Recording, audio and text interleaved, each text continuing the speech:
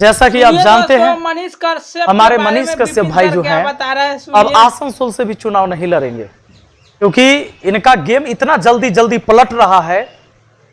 जैसे बहुत सारे लोग कमेंट भी कर रहे थे कि पलटूराम 2 नीतीश चाचा से भी बहुत ज्यादा तेजी से पलटने में ये वायरल हो रहे हैं। मैंने आपको 1 साल पहले एक बात बताया था, शायद याद होगा, ये वीडियो आपने देखा होगा।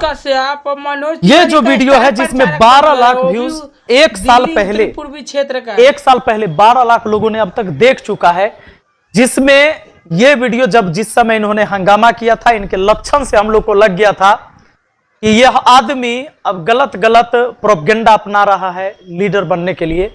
तभी मैंने कह दिया था कि यह आदमी नेता बनेगा। इस वीडियो को आप देख लीजिएगा, टाइटल यही है, सच सुनने की ताकत किसमें है। ये पूरा वीडियो देखेंगे तो आपको पता चल जाएगा। और अपने मां पर कुछ लोग अभी मुझे कह रहे थे, कमेंट कर रहे थे, इसलिए मैं आज दोबारा वीडियो बनाने आया हूं। कह रहे थे कि मनीष कश्यप भैया आपको गए थे, मुखिया के चुनाव लड़े थे तो आपको जिताने गए थे। आप ए पगला, मनीष कश्यप भैया जो आपके आए थे, जब हम चुनाव जीत गए थे ओकरा बाद वीडियो बना है, जाकर देखो हमारी वीडियो जब हम जीते हैं वो वीडियो, और हमारी वाली जो वीडियो मनीष भैया वो अपने चैनल पर डाले हैं उस वीडियो को जाके देख लो। मेरे चुनाव जीता हुआ 3 दिन हो गया है तब मनीष कश्यप भैया आए थे। खान सर हमारे चुनाव में पहले आए थे, आपको पहले ये ज्ञात होना चाहिए। खैर उस बात से मुझे कोई लेना देना नहीं है, दिक्कत किस बात की हुई से जान लीजिए। जब मैंने आपको बता दिया था ना 1 साल पहले कि यह आदमी जेल से जैसे ही निकलेगा, एफआईआर हुआ था उसी टाइम, पकड़ाया नहीं था उस टाइम, एफआईआर होते टाइम ही हम बता दिए थे कि यह आदमी नेता बनेगा। आज दूसरा मेरा बात सुन लो, मैं कोई भविष्यवाणी करने वाला व्यक्ति नहीं हूं, वो मनीष भाई का है, लेकिन लक्षण से हम बता देते। लक्षण देख के इतना पता चलता है, हम लोग को भविष्य का नहीं पता होता है, वर्तमान देख के पता चलता है। और वर्तमान स्थिति से हम आपको बता दें, मनीष कश्यप को सिर्फ साइड करना बीजेपी का मकसद था। मनीष कश्यप चंपारण से लड़ते तो वहां बीजेपी के कैंडिडेट को नुकसान हो जाता, जिसके वजह से मनीष कश्यप को सिर्फ साइड किया गया।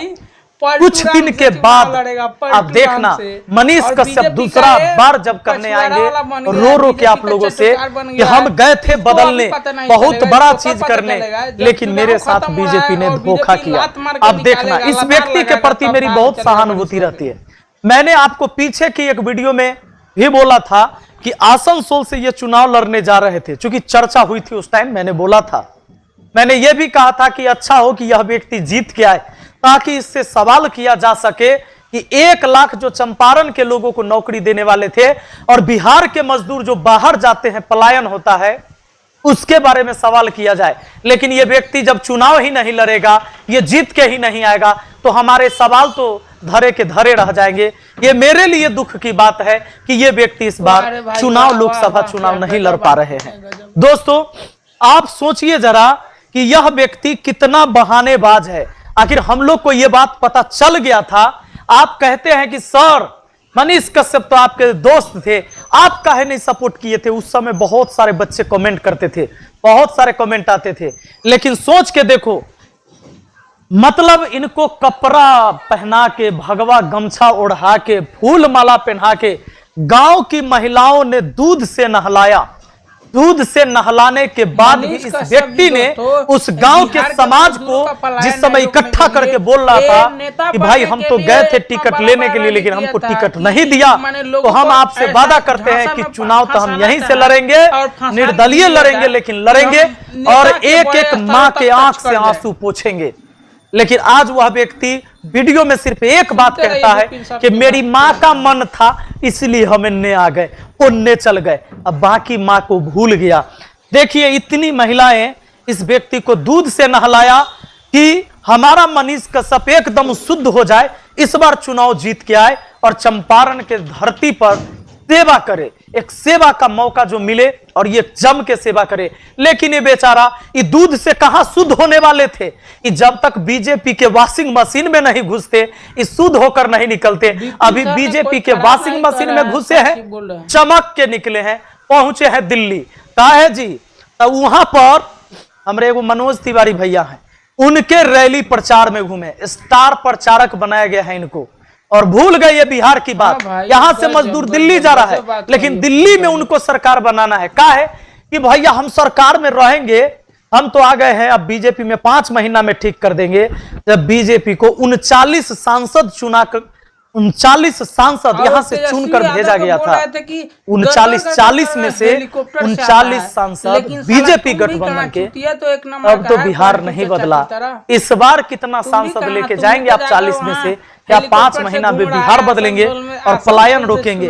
यही मजदूर है ना जो रेलवे स्टेशन पर दिवाली और छठ में जब ये ट्रेन में भर के आते हैं तो आप यहां पर वीडियो बनाते थे कि इनकी समस्या का समाधान करें। अरे दिल्ली में तो आप तिवारी जी को जिताने में लगे हुए हैं, कैसे यहां का समस्या का समाधान होगा? जिस समय आपके पास आज मौका था एक कम से कम और बीजेपी का लोकसभा क्षेत्र से आपको जिताया जाता, और लोग आपको सहयोग कर रहे थे, चंदा दे रहे थे। अरे सब बात भुलाकर आप चले गए अब दिल्ली, और दिल्ली जाकर आप पार्टी के प्रचारक बन गए। इनका क्या होगा? क्या क्योंकि बीजेपी इस देश में बीजेपी पार्टी 2 बार से बीजेपी सरकार रही है, क्या बिहार बीजेपी के अंदर नहीं आता है? आपको बता ये भारत सरकार के अंदर बीजेपी, भारत सरकार के अंदर बीजेपी सरकार के अंदर ये बिहार नहीं आता है, जहां से 39 सांसद जीत कर जाते हैं, और तब भी बिहार के मजदूरों का पलायन छीने रेलवे का, और सारे चीज को प्राइवेटाइजेशन कर दिए। आप तो उसी पार्टी में चल गए जिस पार्टी और आप सवाल उठाते थे, यहाँ के सरकार पर सवाल उठाते थे। ठोकरे खाकर बेरोजगार बहुआ रहा है, और अनपढ़ गंवार सब लोग नेता बन रहे हैं, मंत्री बन रहे हैं। दोस्तों ये सब नेता सब समझ रहा है? नहीं समझ रहा है कुछ। अनपढ़ गंवार नेता बन रहा है, और पढ़े लिखे लोग दर के भूजा बेच रहा है, झाल मुड़ी बेच रहा है, इधर चाय बेच रहा है, कोई ठेला लगा रहा है, और अनपढ़ गंवार सभी लोग नेता बनते जा रहा है। और नेता मंत्री बनने के लिए कोई डिग्री नहीं है, उसके लिए भी डिग्री लगाइए मोदी जी। हम उसके लिए भी एक एग्जाम होना चाहिए कि ये सब एग्जाम पास करेगा तो जाके नेता बनेगा और सांसद बनेगा या कुछ भी बनेगा। और लोगों का वोट भी, चुनाव भी होना चाहिए। आपसे मोदी जी मैं आपसे यही दरख्वास्त करूँगा कि आप एक बार छात्रों का दर्द समझिए, और रेलवे में रोजगार देने का अति सख्त से सख्त उसको सही कीजिए, नहीं तो बेरोजगारी वैसा ऐसे भी घूम रहे हैं और घुमाते रहिए। जय हिंद, जय बिहार दोस्तों, और बिहार को भ्रष्ट करते रहिए। जय हिंद।